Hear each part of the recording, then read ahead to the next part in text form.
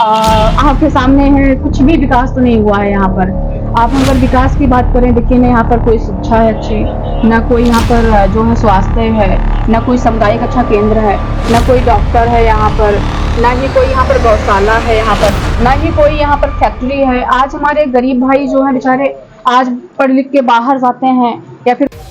बहुत बहुत स्वागत है आपका हमारे चैनल पर सीमा जी। थैंक यू, नमस्ते। नमस्ते। और जिस प्रकार से देखिए सियावल विधानसभा में राजनीति में आपने सक्रिय हुआ, महिला होकर सक्रिय होना कहीं ना कहीं पे बड़ी बात होती है। राजनीति में आने का सबसे पहला उद्देश्य आपका क्यों बना कि मैं राजनीति में जाऊं?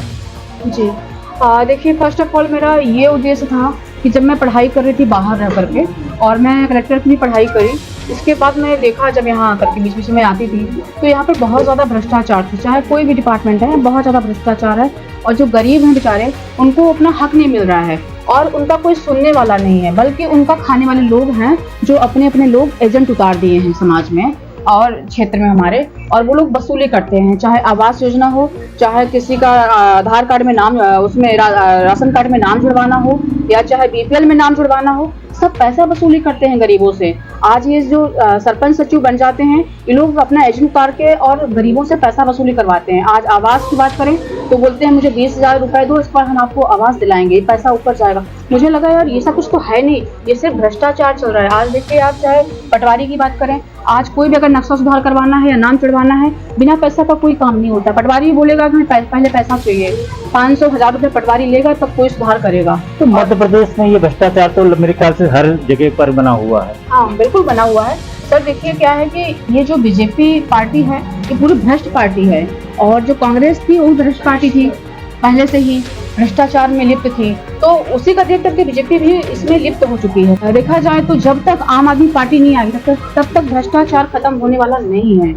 जी, मेरा यही उद्देश्य है कि सबसे पहले मैं जो है अपने जो समाज में जो भ्रष्टाचार हो रहा है तो पहले मैं उसको रोकूं। उसको रोकने के लिए सबसे पहले आम आदमी पार्टी को लाना ही पड़ेगा। जब आम आदमी पार्टी आएगी तो भ्रष्टाचार खत्म होगा, तो योजनाएं का जो लाभ है वो जनता तक पहुंचने लगेगा। एसडीएम, कलेक्टर, ये लोग सब पैसा खाना बंद कर देंगे। भ्रष्टाचार का आरोप अगर मैं बात करूं तो केजरीवाल जी के ऊपर भ्रष्टाचार के आरोप लगे हुए हैं। कई ऐसे घटना मामले हैं जो लगातार सुर्खियों में बने हुए हैं, तो आप वो कैसे मान सकते हैं कि माने वो पार्टी, आपकी पार्टी भी जो है भ्रष्टाचार मुक्त है? सर देखिए, इनके जो ये आरोप लगा रहे हैं, ये आरोप के पीछे इनके पास कोई सबूत नहीं है। सिर्फ इनको क्या है कि जो आम आदमी पार्टी है उभरती हुई, बहुत तेजी से उभरती हुई पार्टी है, तो इनको ऐसा लग रहा है कि ये डर गए हैं बिल्कुल। ये पार्टी जो है टक्कर देने वाली है, कांग्रेस तो सफाया हो चुकी है। अब ये आम आदमी पार्टी के जो जनता है वो काफी पसंद कर रही है आम आदमी पार्टी को, कि इसको कैसे गिराया जाए। तो ये इनकी साजिश है। आज अपने हाथों में ईडी को ले लिया है इन्होंने, सीबीआई को ले लिया हुआ है, जो न्यायपालिका है उसको ले लिया है ना, जो गृह मंत्रालय है उसको ले लिया है इन्होंने अपने हाथों में। तो जो मीडिया वाले, जो कुछ बड़े बड़े मीडिया वाले होते हैं, आप लोग तो क्या है देखिए ग्राउंड में दिखाते हैं ना, आप लोग सच्चाई दिखाते हैं कि देखिए हमारे लोकल में क्या हो रहा है, यहाँ पर गाय है मर रही है या किसी का शोषण हो रहा है, आप लोग बिल्कुल सच्चाई सब दिखाते हैं। लेकिन जो बड़े बड़े मीडिया वाले होते हैं, आप भी जानते हैं कि ये लोग जो है किसी पार्टी के पक्ष में आ जाते हैं और काम करते हैं लोग। तो जो पार्टी बोलती है ये लोग वही करते हैं, वही दिखाते हैं।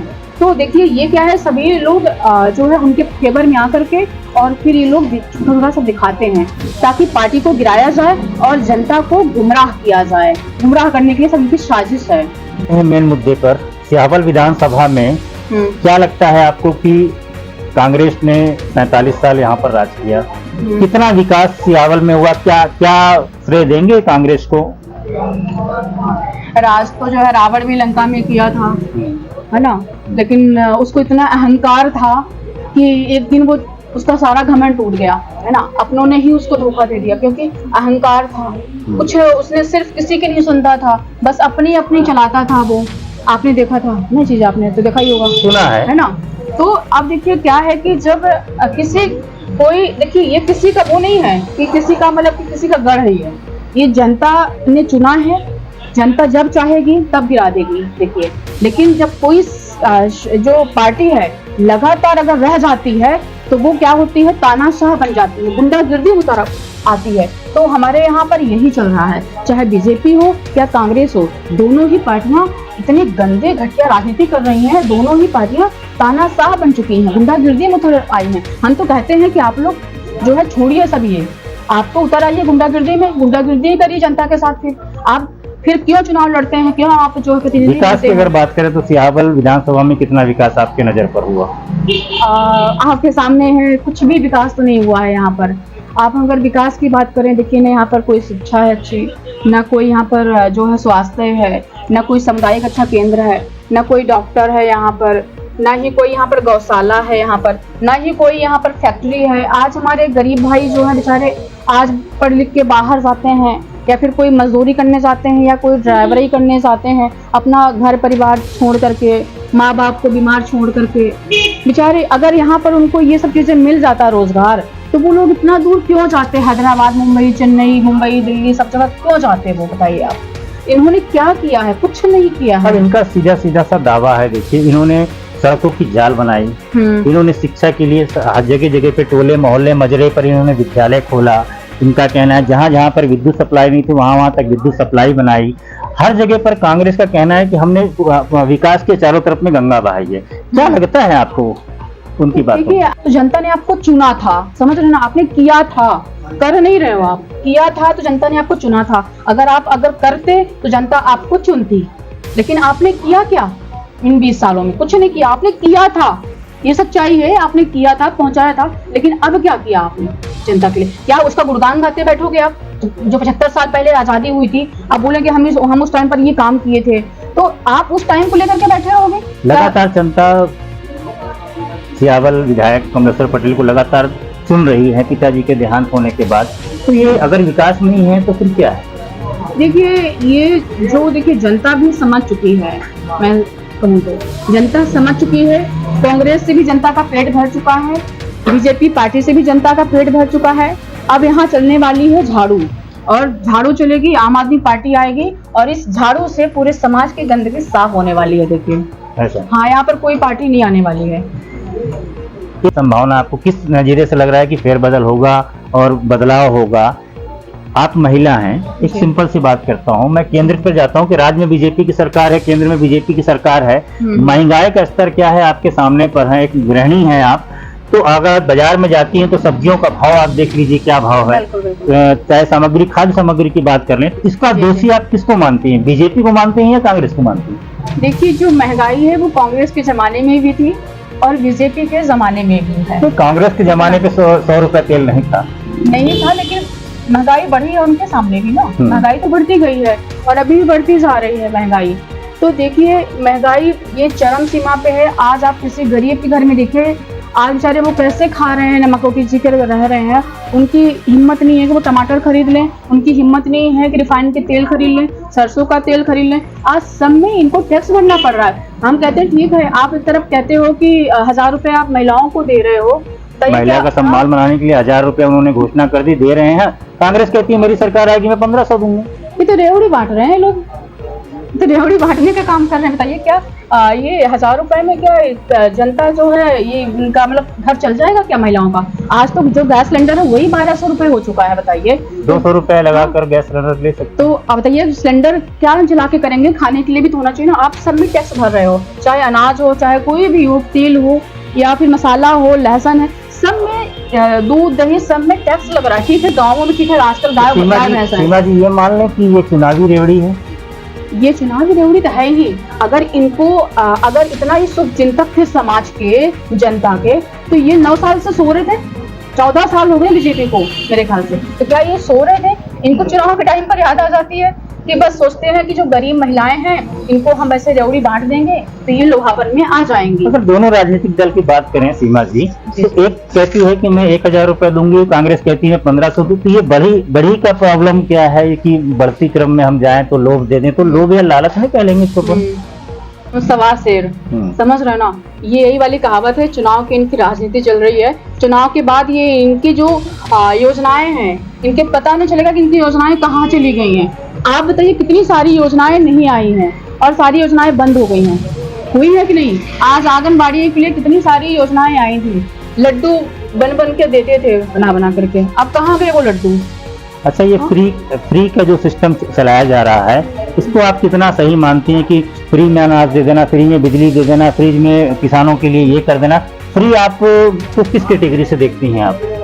देखिए, जब आप अगर आपको फ्री देना है तो आप चुनाव के समय पे आप फ्री मत दो। आप फिर अगर आप फ्री दे रहे हो जनता को तो फिर आप उनका हमेशा ख्याल रखो। ऐसा नहीं है कि चुनाव के टाइम पर आप दिया फिर बंद कर दिया चुनाव को। आप सिस्टमैटिक आप किसी चीज को आप जनता को दीजिए, चाहे आप लाइट दे रहे हैं चाहे पानी दे रहे हैं, क्योंकि देखिए हमारे यहाँ बहुत गरीबी है और हमारे यहाँ पर आज बहुत पिछड़ा हुआ एरिया है। तो इनको देखिए फ्री देने में कोई बुराई नहीं है, लेकिन आप चुनावी राजनीतिक गेम मत खेलो। आप जब चुनाव आता है तब उतर आते हो हम ये योजनाओं का लाभ देंगे आपको, तो ये सरासर गलत है। और देखिए अगर आप फ्री दे रहे हो ठीक है आप दो, लेकिन साथ में स्वास्थ्य भी फ्री दो, दवाइयाँ भी फ्री दो, शिक्षा फ्री दो, है ना। और उनको जो विधायक निधि से पैसे आते हैं गरीबी सहायता में और जो इलाज के लिए आते हैं, वो सारे पैसे कहाँ जाते हैं, वो पैसे भी दो गरीबों की मदद करो। अरविंद केजरीवाल जी कहते हैं कि अगर आपको दिल्ली का स्वरूप देखना है, आम आदमी पार्टी का देखना है तो दिल्ली आए। बिल्कुल। तो क्या ऐसा है कि दिल्ली का जो मॉडल है वो मॉडल हर प्रदेश में उतारा जा सकता है? अब देखिए दिल्ली जाने की जरूरत नहीं है, क्योंकि अब तो पूरा ये मॉडल मध्य प्रदेश में